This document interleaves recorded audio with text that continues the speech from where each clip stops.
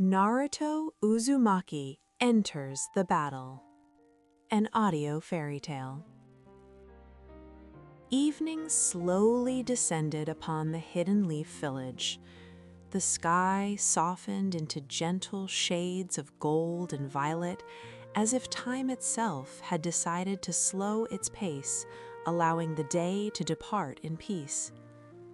A warm breeze stirred the treetops, carrying the familiar sense of wood, stone, and distant hearth fires drifting from quiet homes. High above the village, carved into the sheer rock face, stood the stone faces of the Hokage, silent guardians of will, memory, and sacrifice. Their gazes were fixed toward the future, yet the land beneath them still remembered a night that could never be forgotten. Many years ago, a scream of terror tore through Konoha. From the depths of darkness emerged the nine-tailed fox, a colossal beast radiating overwhelming destruction. Its eyes burned with unrestrained fury, and each sweep of its massive tails reduced homes to rubble. The ground trembled beneath its rage, the sky darkened with smoke, and it felt as though the very world was cracking under the weight of chaos. Villagers fled in panic, shinobi fought without hesitation, and fear pierced hearts more sharply than any blade. To save the village, the fourth Hokage made a choice from which there was no return.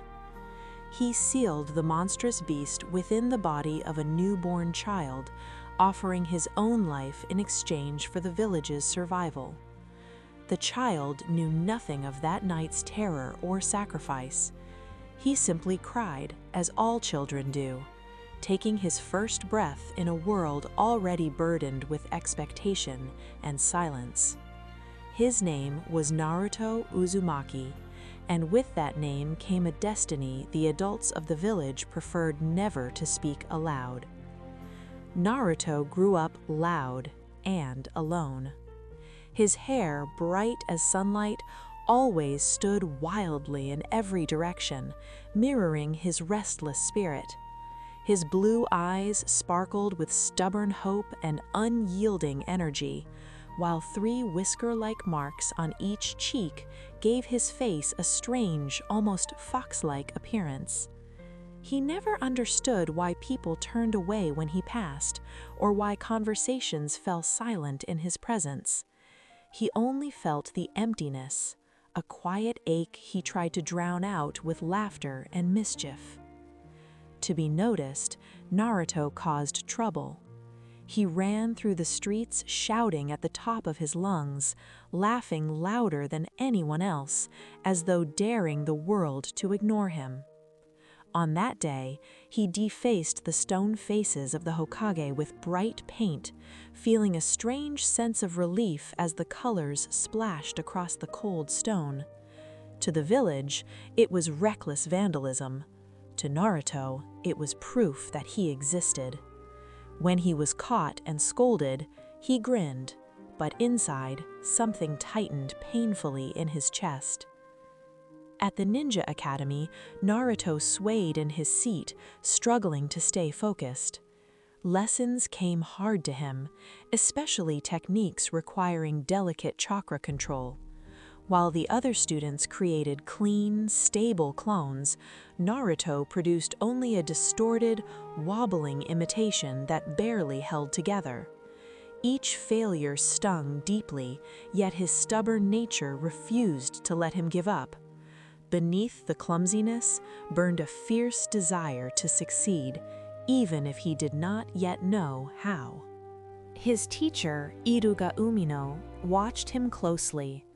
Iruka was not a man whose kindness announced itself loudly.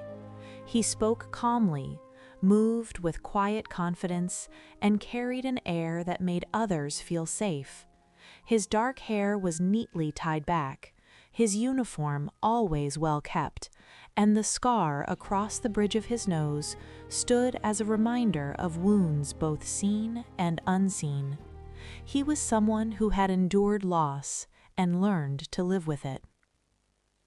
Iruka remembered the night of the Nine Tails attack. He remembered fire, screams, and the moment he lost his parents forever. For a long time, anger had lived in his heart, but over the years that anger softened into understanding.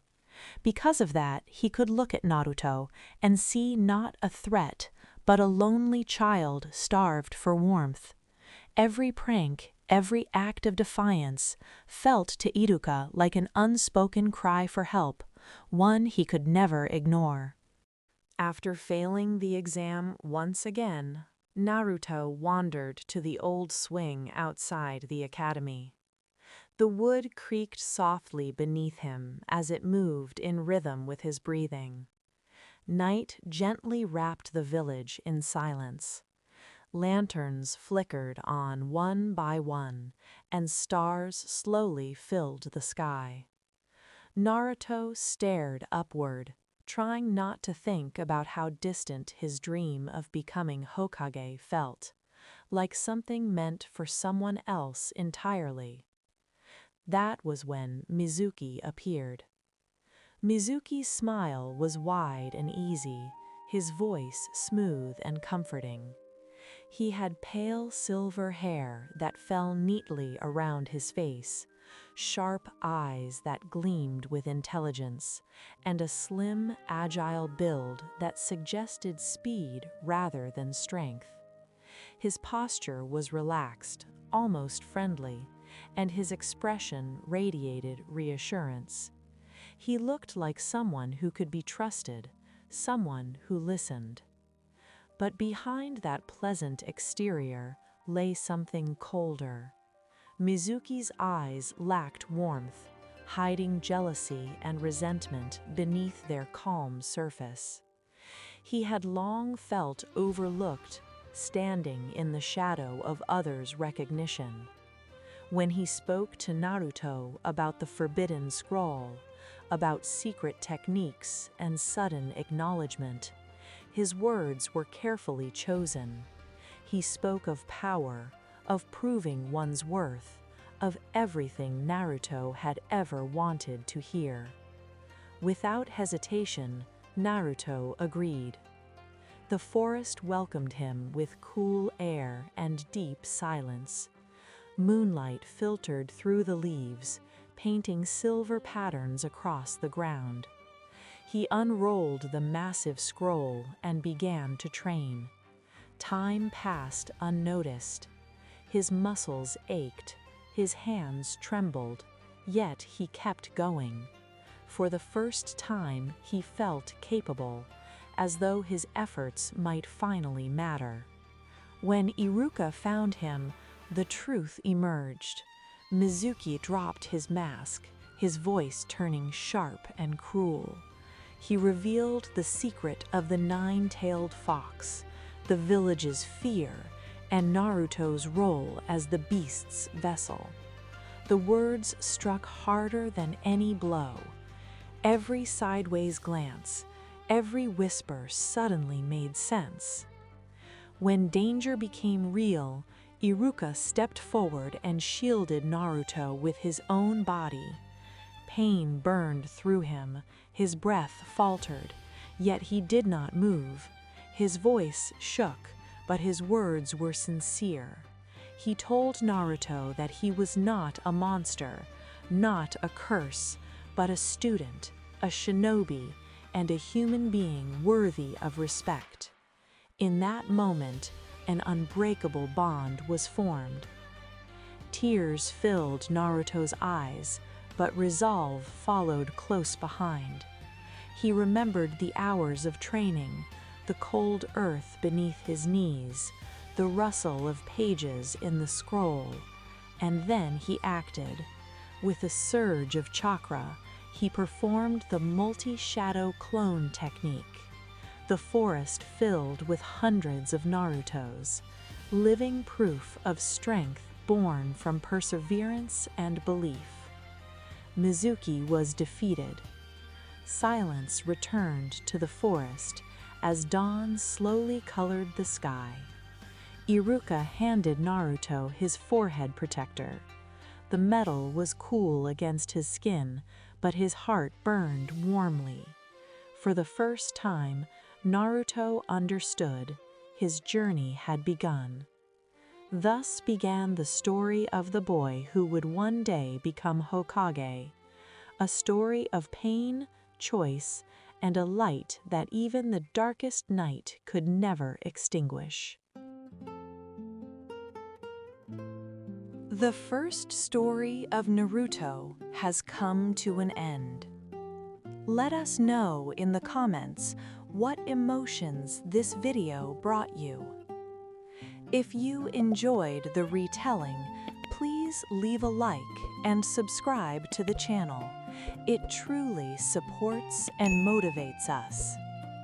Thank you for being part of this story.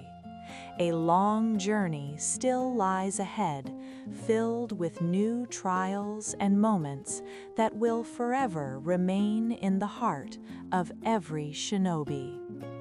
See you in the next chapter of Naruto's story.